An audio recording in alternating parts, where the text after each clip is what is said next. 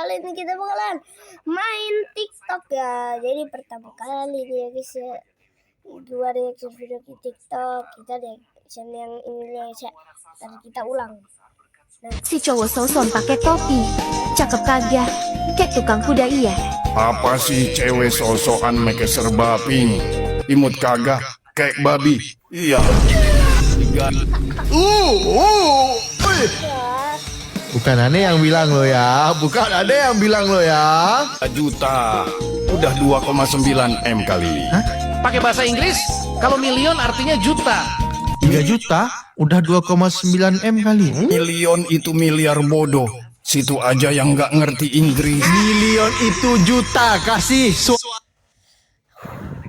Milion itu ya, milion dalam bahasa Inggris itu juta. Para Enrique dulu, mana? Situ aja. Iya, milion itu dalam Indonesia tuh juta kan. Kalau bilion baru miliar kan. Yang nggak ngerti Inggris. Enrique! Milion itu juta, bilion itu baru miliar. Allahu Akbar. Ya betul, Allahu Akbar. Putus cinta, lalu naik motor ngebut-ngebut jatuh meninggal. Aku pernah di posisi itu. Kan ente udah meninggal. Putus cinta lalu naik motor kebut-kebut jatuh meninggal. Aku pernah di posisi itu. Mati suri ente apa gimana ini? Kok hidup lagi? Abis meninggal tapi bisa kok. Ih, Di neraka ada singa.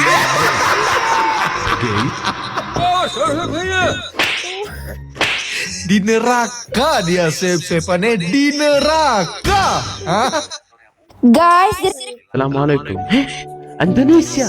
Assalamualaikum Indonesia. Saya Ibrahim dari Gaza Utara. Semua dari Indonesia. Copy link. Follow.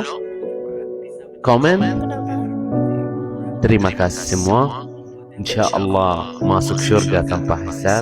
Dan semoga sehat selalu dan semoga rezeki mengalir seperti air zam-zam, dan ya Allah warnalikan salat. Assalamualaikum. Kasih ya. Please, this one I follow.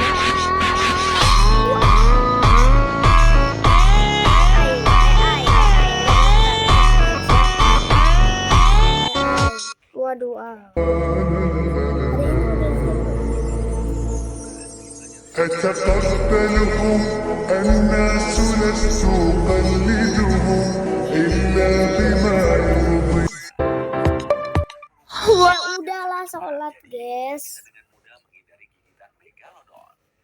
Tapi kita reaction bentar dulu ya, Syak. Bali, makasih ya udah ngajakin aku ke Bali. Udah lama banget aku pengen kesini. Iya sayang, habis dari sini kita mau kemana? Kalau video sebentar, video sikir sih gua udah nyimpen deh ada video ya. Wah Bali, makasih. Wah Bali, makasih ya udah ngajakin aku ke Bali. Udah lama banget aku pengen kesini. Iya sayang, habis dari sini kita mau kemana? Kalau gua disuruh pilih mau ke negara atau mau ke tempat apa, gua pilih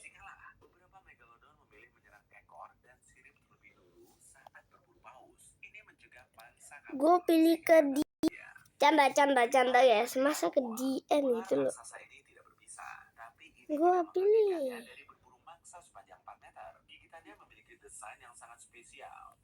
pilih ke Arab sih guys. Atau enggak, kalau bisa dua gua pilih bukan ke Arab aja guys. Tapi gua juga pilih ke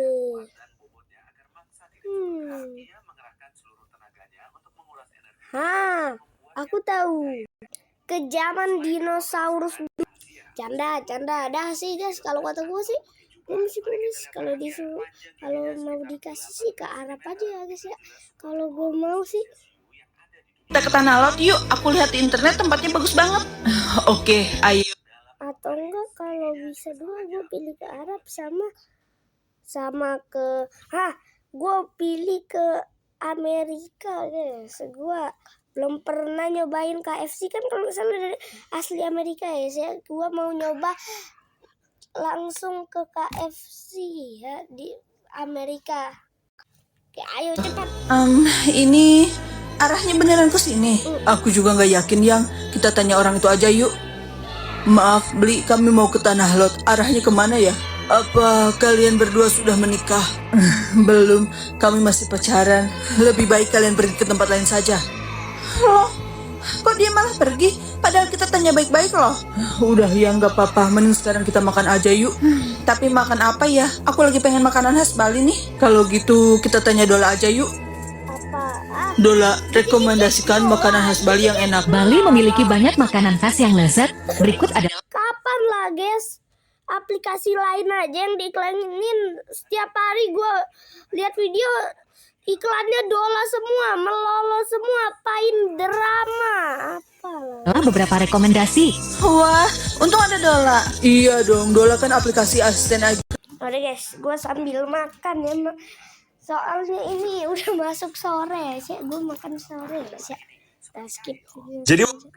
Jadi waktu umur gue 7 tahun, gue diculik sama bapak-bapak pemulung dan gak pernah pulang lagi sampai sekarang. Semenjak mama meninggal, ayah jadi sering ngajak gue jalan-jalan berduaan ke berbagai macam tempat. Gue yakin itu adalah cara ayah berusaha untuk move on dari mama. Dan biar gue juga bisa hidup happy walaupun gak lagi punya keluarga yang utuh. Suatu hari, ayah ngajak gue ke tempat yang gak kayak biasanya. Memori anak 7 tahun itu pasti belum matang seutuhnya, jadi gue berusaha untuk nyeritain yang memang gue inget aja. Hari itu, sore dengan matahari hampir terbenam dan ayah kayaknya habis berantem sama ibu kontrakan. Kita berangkat naik motor tua kesayangan ayah ke tempat yang waktu gue masih kecil berasa indah. Ayah parkir motornya di pinggir jalan. Kita duduk di pinggir menikmati indahnya kesejukan dari angin sepoi-sepoi di sore hari. Kita nggak jajan apa-apa, ya kayak biasa aja, cuma duduk sambil ngeliatin pemandangan warna-warni merah dan kuning indah di bawah kita. Ayah berdiri dan ngegendong gue di pelukannya. Ayah banyak ngomong sesuatu, tapi ya gue mana inget dia ngomong apa. Tapi kayaknya dia ngegendong gue buat mau nunjukin gue sesuatu. Dia sambil nunjuk-nunjuk gitu ke bawah dan ke langit. Dan disitulah monster yang selama ini gue benci pun muncul. Bapak pemulung itu teriak dari jauh sambil lari ke arah gue. Gue inget bajunya kotor dan sobek-sobek, badannya kurus kering, rambutnya panjang berantakan, giginya hampir semuanya hitam, kulitnya banyak luka-luka, dan semakin bapak itu mendekat, semakin tercium bau sampah nggak enak. Pokoknya pas gue kecil, gue ngeliat itu sebagai sesuatu yang serem banget kayak monster. Dia terus lari dan semakin mendekat, tangan kurusnya narik tubuh kecil gue dari pelukan ayah. Ayah mencoba untuk menahan gue di pelukannya, namun karena mungkin ayah nggak siap, pemulung itu berhasil narik badan gue dan langsung lari pergi dari ayah. Gue inget gue ngeliat ke belakang dan di situ ayah nggak ngejar. Dia terdiam lemas dikala gue teriak nangis kencang yang gue bisa sambil memukul-mukul punggung si pemulung itu yang hanya tulang belulang. Pemulung itu masukin gue ke dalam gerobaknya dan gue dibawa pergi sejauh mungkin. Sejak hari itu gue nggak pernah lagi pulang dan nggak pernah lagi ngelihat ayah gue. Dan ya itulah 15 tahun yang lalu. Sekarang gue udah kerja dan tinggal sendiri di kos sederhana. Gue gak punya identitas sama sekali selain nama, kartu keluarga, akte kelahiran, tanggal. Bentar, ini dia cuma bohong atau beneran, guys? Tahu. Jadi ada tuyul. Dia lagi main. Aduh, jatuh. Bukan tuyul. Jadi ada tuyul. Dia lagi main. Aduh, jatuh. Serutan dia. Di dalam situ dia nyanyi. Monitor ketua. Nyanyi apaan? Habis itu ada ibunya lagi ngelap. Ada tuyul satu lagi yang gak botak. Kalau nggak botak namanya bukan tuyul. Bilang ada tuyul masuk situ yang botak. Itu maknya ketawa.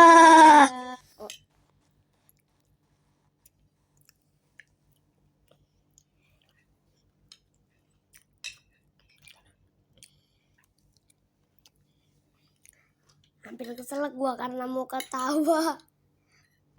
Itu dia manggil si botak juga. Ngambil dia. Banyak banget ini ya kayaknya yang botak di animasi ini. Tangan yang gak nyampe, pendek.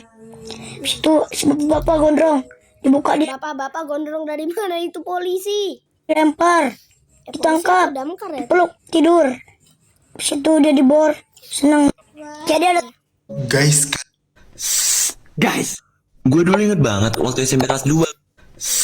Guys, ada rahasia nih. Rahasia ini jarang dibahas sama ustadz-ustadz. Apaan tuh? Ternyata umat Islam itu boleh membuli. Sesat nih, pasti ada yang sesat. Bukan Seriusan? sesat guys, tapi real cuy, asli. Masa umat Islam boleh membuli?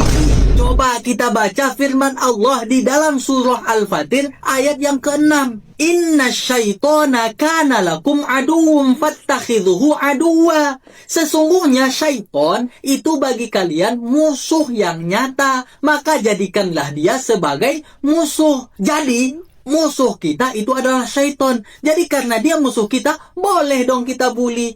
Lalu siapa aja yang boleh dibully, Ustaz? Syaiton. Pemimpinnya adalah iblis. Ya silahkan aja bully iblis. Atau syaiton dari manusia. Coba aja lihat itu surah An-Nas. Qul a'udzu birabbin nas, malikin nas, ilahin nas, min syarril waswasil khannas. Ada juga setan dalam bentuk manusia. Siapa itu? Pemimpinnya adalah Dajjal. Jadi kalau kalian mau membuli, maka jangan membuli manusia, apalagi membuli umat Islam, nanti berdosa. Kalau kalian pengen ngebully, maka bulilah ini. Siapa itu? Iblis dari kalangan setan, Dajjal dari kalangan manusia. Jadi dalam agama Islam boleh membuli ya. Yang dibuli adalah iblis dari kalangan syaiton, dan kemudian Dajjal dari kalangan manusia. Oh, baru tahu guys. Wah, Gue dulu inget banget waktu SMP. males guys. Gue dulu inget kalau denger cerita begini di TikTok panjang guys. Ceritanya palingan nggak ada juga part 2-nya. Anak laki-laki memang sulit banget dapat ranking 1 di masa awal sekolah. Jadi Iya, bahkan gua nggak pernah kalau nggak salah dapat ranking 1 ya. Pernah deng ikut tryout dapat ranking 1 walaupun bukan ranking resmi sekolah ya. jangan langsung Ranking resmi sekolah gua tuh paling tinggi ranking 4 guys. dicap bodoh. Kepintaran laki-laki biasanya terlihat pada saat menuju fase remaja ke dewasa. Di masa SD, otak kanan dari anak laki-laki cenderung lebih dominan, sehingga mereka tuh kebanyakan main. Beda dengan perempuan yang otak Iya sih, gua banyakan main.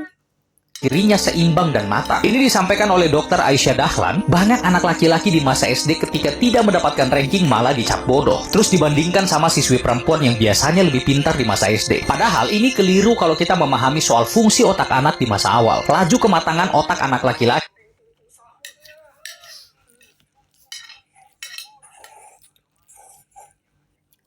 beda dengan otak perempuan. Otak perempuan lebih cepat matang di area bahasa, kontrol, dan motorik halus kayak menulis. Ini sering membuat mereka tuh kelihatan pintar banget di masa SD. Sedangkan laki-laki kelihatan nakal. Namun ketika memasuki Perasaan ya, tulisan cewek di sekolah gua tuh bagus banget ya, sampai gua nggak bisa kebaca karena saking bagusnya.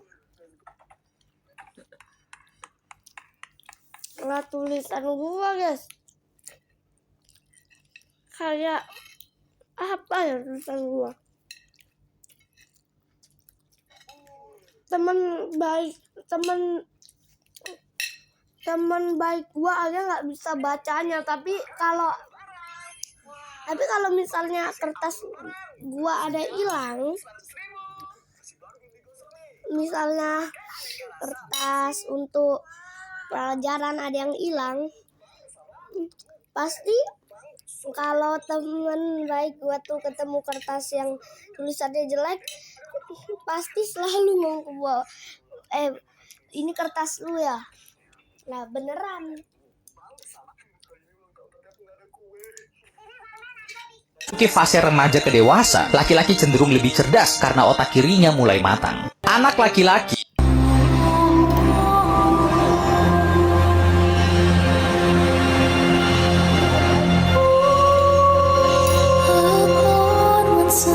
kayaknya pernah lihat video deh guys, pohon di dalamnya ada api gitu. Jembatan setan, baru dengar gua ada jembatan setan. Kehidupan di bawah bumi. Kehidupan di bawah bumi, maksudnya gimana tuh? Nggak ngerti.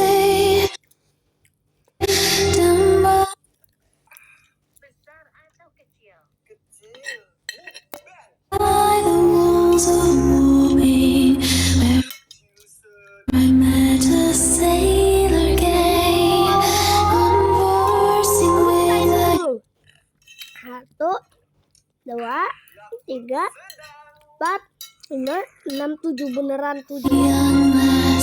who seem to be in pain, saying William, when you go, I fear you'll never return again. My heart. Sejak kapan kamu tahu kalau setan ternyata kentut? Alamak, betulan gak tuh? Kok setan kentut? Gimana pula ceritanya tuh? Jadi ada sebuah hadis yang menjelaskan bahwasanya setan itu lari terkentut-kentut cuy. Coba bayangkan gimana lari terkentut-kentut. Kayak gitulah setan. Kapan besar? Ketika mendengarkan suara azan. Jadi kalau ada orang yang azan, setan bakalan kabur, lari terkentut-kentut. Enggak cuma waktu azan, waktu iqomah juga. Ketika setan dengar iqomah, mereka takut sambil lari terkentut-kentut. Ayo yo. Gak percaya? Coba lihat dalam hadis riwayat Bukhari dan Muslim. Hadisnya sahih. Nudiya shalah adbara syaitan walahu duratun hatta la yasma'at ta'zin. Ketika dipanggil untuk sholat, artinya azan, maka larilah setan sambil terkentut-kentut. Jadi ketika kita azan atau kita iqomah, maka setan tuh bakalan kabur sambil terkentut-kentut. Tetapi inilah Lu nge-lag. Ini salah guys, itu kurang ajarnya setan ini. Ketika telah selesai azan atau qomat, dia datang lagi. Ngapain Ustaz? Ngangguin orang yang sholat. Makanya jangan heran ketika kamu sholat, kamu bahkan tidak nyadar, ternyata sudah 4 rakaat, masih ngira 3 rakaat lagi. Atau bingung, aku udah berapa rakaat ya? Itu kerjaannya si setan. Pernah gua kalau lupa rakaat ada berapa, pernah gitu. Aduh. Dia datang ketika sholat, tetapi ketika azan dia kabur. Memang begitulah setan, kocak. Dan lebih kocak lagi orang yang kelakuannya kayak setan. Parah tuh. Makanya salah satu metode untuk mengusir setan ketika ada orang yang kesurupan kan, maka dibacakanlah azan atau iqomah. Kalau antum bacakan azan atau iqomah, biasanya orang yang kesurupan itu setannya pada kabur sambil terkentut-kentut. Tapi Ustaz, pernah Ustaz, teman saya kesurupan, anak azan, tapi setannya nggak pergi. Itu tandanya apa? Mungkin dia lagi penyakit psikosomatis, bukan karena dia lagi kesurupan setan. Banyak juga tuh orang pura-pura kesurupan, sebenarnya enggak. Atau orang yang penyakit sebenarnya, dia penyakit sebenarnya bukan kesurupan, tapi dianggap seperti kesurupan. Ada nih teman Ustaz dulu di pesantren, dia kesurupan, abangnya panik, kemudian azan, komat, tetapi setannya nggak pergi. Malah yang kesurupan itu ikut-ikutan mula azan, ikut-ikutan mula iqomah. Akhirnya abangnya menyerah, kemudian dikuncilah dia di dalam rumah. Beberapa hari kemudian ngobrol dengan Ustadz. Akhirnya dia ngaku, dia pura-pura. Sebenarnya dia bukan kesurupan, karena abangnya jahat sama dia. Akhirnya dia pura-pura kesurupan. Wajarlah setannya nggak pergi sambil terkentut-kentut kan. Intinya apa? Kalau kamu takut terhadap setan atau pengen setan lari sambil kentut-kentut, azan atau iqomah. Pria tampan itu habis disunat, tapi dia langsung main bola. Harusnya kalau habis disunat tuh nggak boleh lari-larian dulu nggak sih guys? Atau main bola? Namun tiba-tiba dia terjatuh. Dia sangat kesakitan.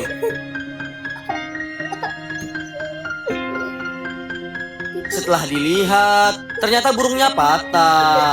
Dia pun sangat senang. Pria tampan itu habis disunat, tapi dia langsung main bola. Namun tiba-tiba dia terjatuh. Dia sangat kesakitan.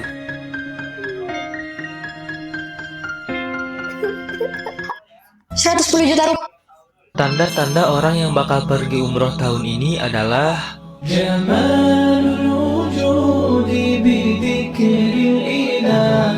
وتصفو الحياة بنور هدى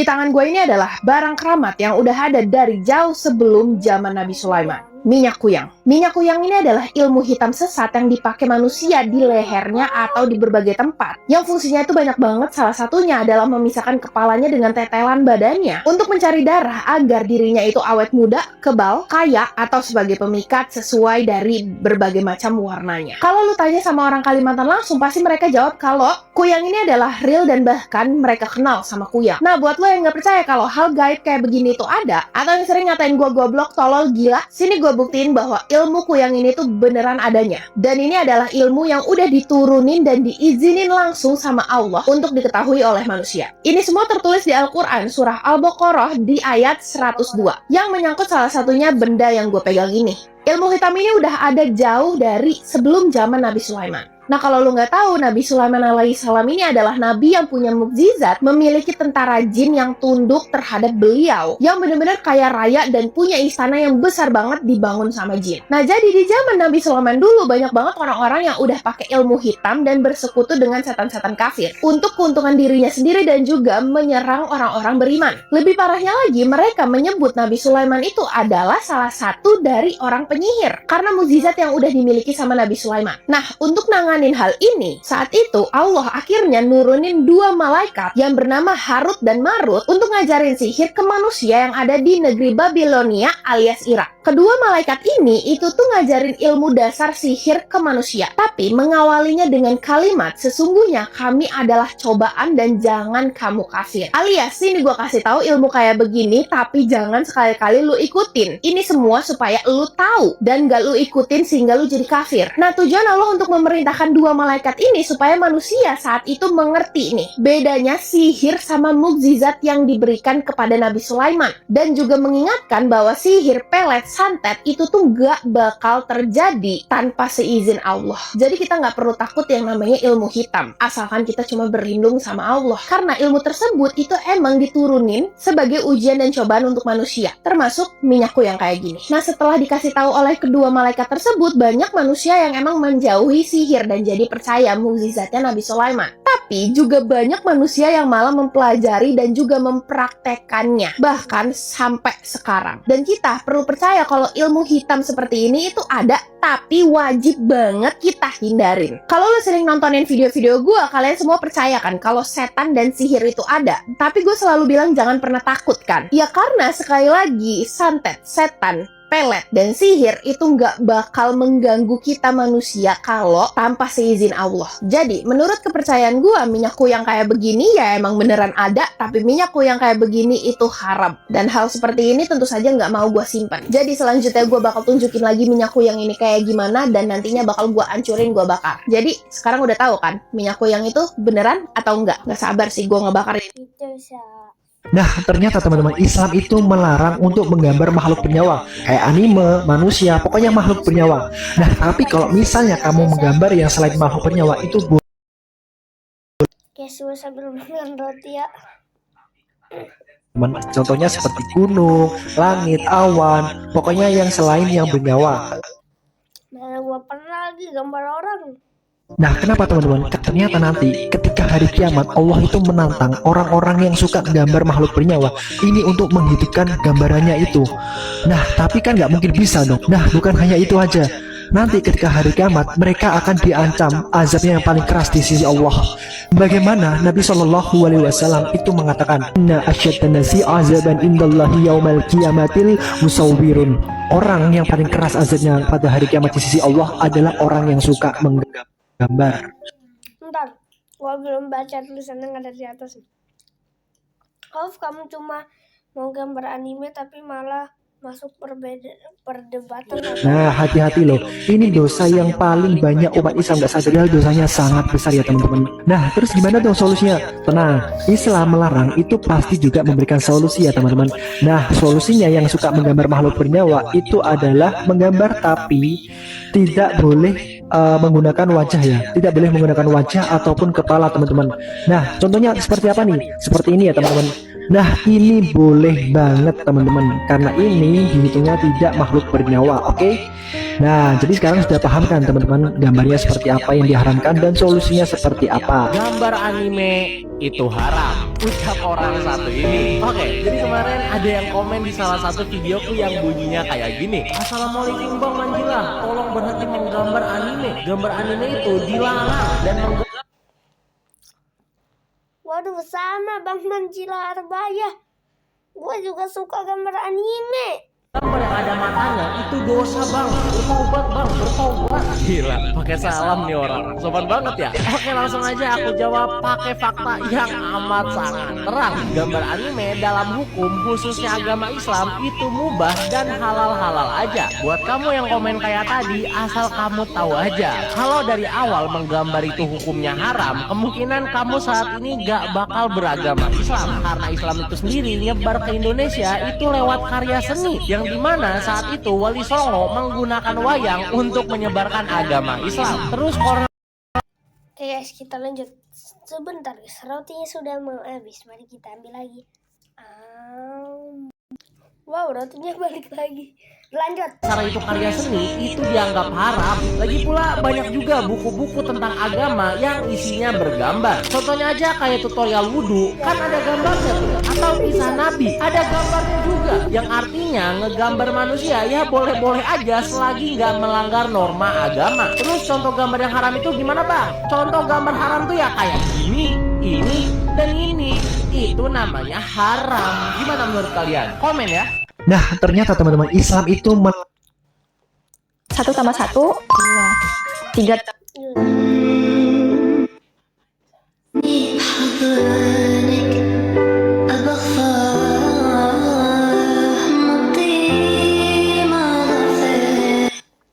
Ya gue dukung Palestina. Jangan lakukan wudhu hari ini ketika saat sholat. Kau begitu sempurna, di mataku kau begitu indah.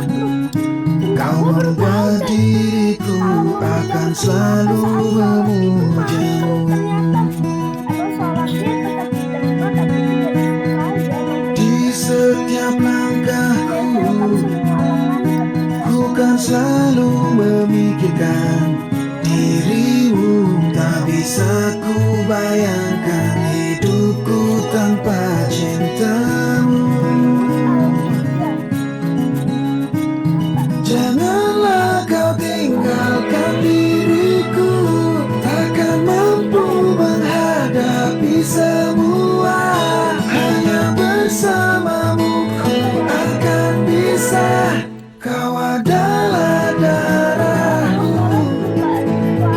kau adalah jantungku, kau adalah hidupku, lengkapi diriku. Oh sayangku, kau begitu sempurna, sempurna. Kau genggam tanganku saat diriku lemah dan terjatuh. Kau bisikan kata. Baru tahu gue guys, kalau sholat sendirian dan tidak membaca Al-Fatihah terlebih dahulu batal. Gue bacanya iftitah dulu guys, baru Al-Fatihah. Berarti selamanya sholat gue batal dong. Dan hapus semua sesalku. Janganlah kau tinggalkan diriku, takkan mampu menghadapi semua. Hanya bersamamu ku akan bisa. Kau adalah darahku, kau adalah jantungku.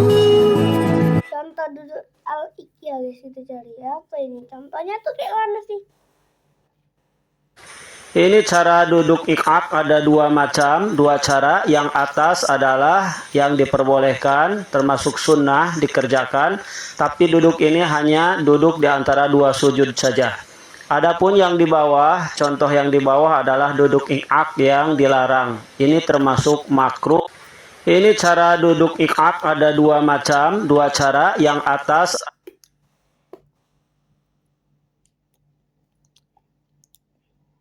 adalah yang diperbolehkan, termasuk sunnah dikerjakan.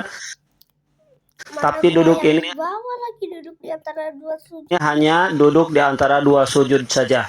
Adapun yang di bawah, contoh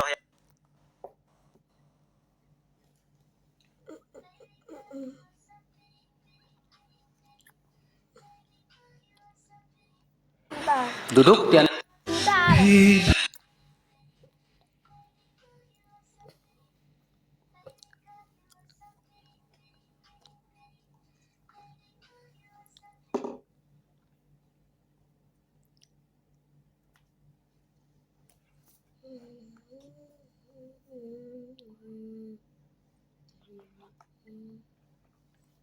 Kaki kiri itu dilipat ke samping. Oke. Kemudian diduduki. Kaki kanan berdiri tegak dan jari-jari menghadap kiblat.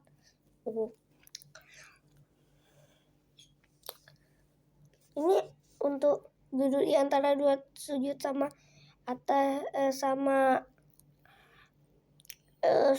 apa sih, tahiyatul pertama kan guys?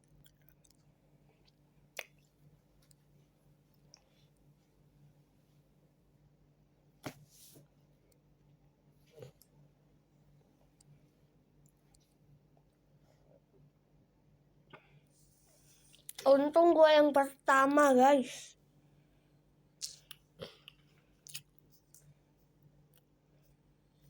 Yang tadi ini gue salah sebut guys. ini Gue kira itu kaki kiri di sebelah itu dilipat terus didudukin, kaki kanannya ditegak sambil menghadap kiblat. Ternyata enggak guys. Salah. Ini lebih ke duduk W enggak sih guys? Kakinya bentuk W gitu. Saat ini, saya sedang mencoba sebuah permainan mistis yang katanya bisa memanggil makhluk halus. Namun, sejak awal Kenapa namanya ulang lupa? saat ini, saya sedang mencoba sebuah permainan mistis yang katanya bisa memanggil makhluk halus. Namun, sejak awal saya meragukan keaslian permainan ini. Kamu berasalnya dari Indonesia, apakah tidak? Tidak. Karena mungkin hantunya kesusahan. Kamu jawab pakai inisial aja. Kamu dari negara dengan inisial apa? B. B banyak guys.